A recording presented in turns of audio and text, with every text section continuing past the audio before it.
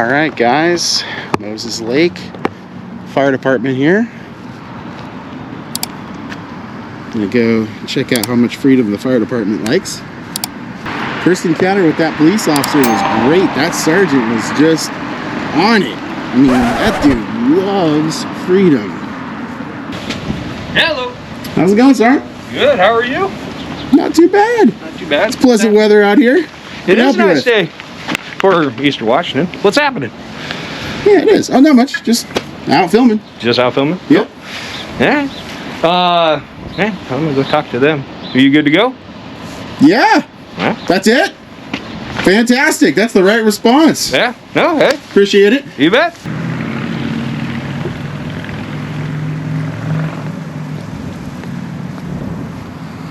How you doing, sir? Good. Good. Just want to come by and say hi. Hi. Yeah, right on. My name's Robert. Huh. Yeah, what's your name? Gandalf. Gandalf. Right on, buddy. Good to meet you. Yeah, nice to meet you. Yeah, so this is, are you a city resident? No, I'm from that area. Okay, right on. Well, this is the Moses Lake Fire Station 1. So it's our Cool. big station, kind of a little bit of admin. You see the offices right here. The big bay where the fire engines and ambulances and whatnot. And so this is our grilling area. So, And is that like that concrete structure? Is that like where you basically train?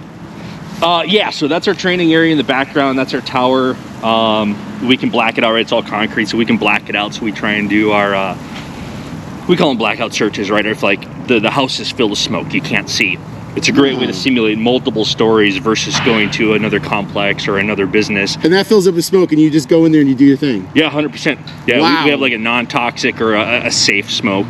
Yeah. And that way if something happens, there's an emergency, we can take our mask off and breathe it still and not have any kind of adverse reaction versus real smoke, real fire. Absolutely don't want to breathe that. Kind of like going into a CS gas chamber or something. Yeah, exactly. Yeah. Yep. Yeah, you definitely. I mean, obviously, I normally can't go back. Can I? You mind showing it to me? Yeah, come on in. Nice. Yeah. That's cool. Yeah. I've always seen those around, but I've never Yeah. like been in one. Yeah. What are we documenting? Just government places. Yeah, Just yeah. checking things from a public location. Yeah.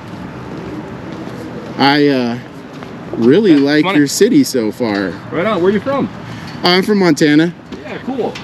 Billings. Yeah. And I'll tell you, before I leave town, I have heard nothing but amazing goodness about the Hispanic food around here. Yeah. I've heard like really, really good things because I have my route that I've been on the West Coast, and I am now getting back or heading back towards Montana.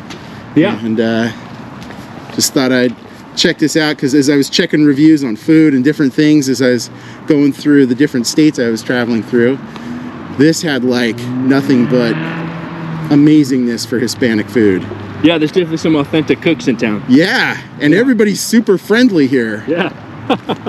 Unlike California and Oregon. Sorry guys, but it's just the fact. Yeah. So we've got a couple cars right over here. They're hooked up to propane, big propane deal in the back there, so we can actually start real fire. And then we'll Wow. have a controller over there with the valves, and that way if the firefighter is doing something good, they'll decrease the fire. If they're doing something wrong or bad or not effective enough, we'll kind of increase the heat to show them, hey, this is what happens when you don't do it right. That's pretty cool. How often do you guys do this? It kind of depends on the year. Also the environment. The EPA doesn't like us burning if the smoke is bad. So if we have, in this area, if we have stagnant air warnings where like the air is just not moving right, today is a little breezy, so it's great. Go ahead and burn. In the middle of the summer, things kind of get stale around here, and they don't want the whole town burning up and just having that smoke sit in town. Well, you guys seem to have really nice air around here, so I mean, yeah, I would imagine they wouldn't want to have anything like that going on. So, wow. yeah. So as long as those are all in the green, and then inside there's a bunch of stuff. And Can I look? You can look in there. Yeah. Okay. I will climb around everything.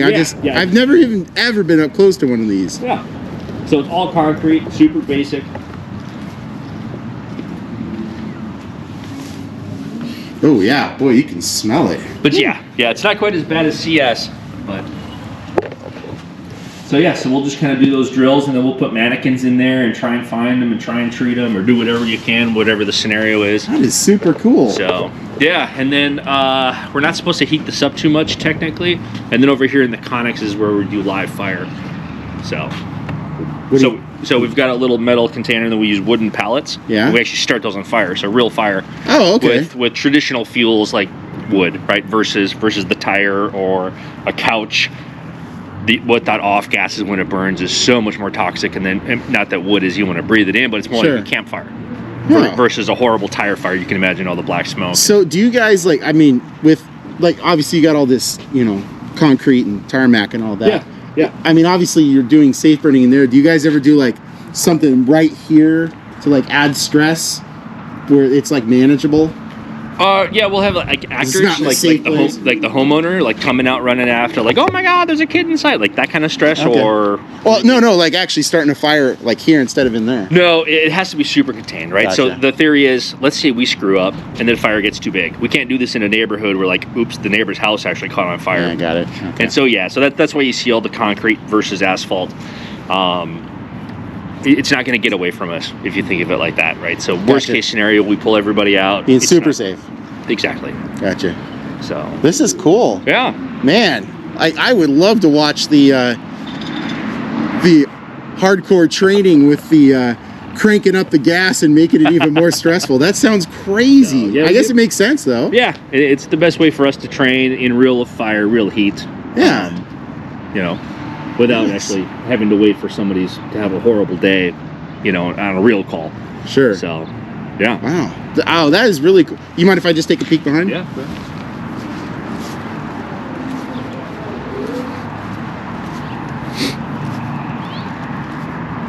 Wow, yeah, you get some trash vehicles back here. Wow. Yeah. So do you ever have to do like coming out of the window and all that? Yeah. So we'll do rapid intervention teams or self bailout, self rescue.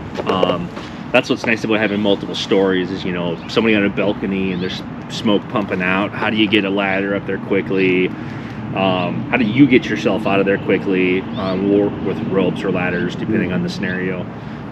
In the background there, you'll see a car. We'll work with local like tow truck companies where if the car's totaled and nobody's claiming the vehicle, we'll be able to cut it up then and use it for training. Oh, gotcha. So, yeah. God, that is. So we don't get the latest and greatest crazy. cars, right? Like the new cars have that safety glass, which is like the windshield. So your car, probably my car for sure. When you crack the glass, it just shatters, right? Because it's tempered glass. The newest cars right now, so like you probably know, the front windshield just won't explode, right? Like the sides do. Oh, okay. Right, so there's a little layer of plastic. Okay. So when you hit your head or if something hits that, the front windshield just doesn't explode in your face. The side windows do and the back windows do. I haven't had enough accidents to know, actually, for which I am very grateful. Yeah. You know, definitely don't want to go down that road. This is super cool. Well, I really appreciate you showing me around and letting me to see the facility in here. And and because you are super cool, I'm doing a First Amendment audit, just cutting through, do it all over the country. Yeah, why not, right? So, yeah, well, I figured there's a lot of places that need it. Obviously, Moses Lake is not one of them. I went and did the MAX, the Multi-Agency Communication Center. Yeah. The lady was a little worried, but the sergeant showed up. He's like, that was like 5 seconds. He's like, just filming? Cool, see you later. Yeah. That's it. Yeah. California and Oregon does not do that. Play a little differently, huh? Oh my gosh. It's like night and day. Yeah, Like in every horrible way it can be. Yeah. You just don't know. I mean, oddly enough, Texas is very crazy like that too. I kind of thought it would be different there, but well, we don't own any of this, right? I mean, personal cars and stuff. But this is the city's equipment. We're just here to use it. It's very refreshing to hear that. It's very refreshing to hear that. You wouldn't believe. Just earlier this morning, I was assaulted by a postal employee in Issaquah. I went in and filmed, which is completely legal to do. She went bananas. Just came at me, and so now she's got to deal with the postal inspector and all that. And I mean, it's just crazy to see that some people don't understand that that's what it is. It's like the city, the county, the state, whatever the agency. It's owned by the people. All right, guys. Moses Lake is pretty much that's done. I don't see any reason to go any further. So just going to continue heading east. Lots of freedom here.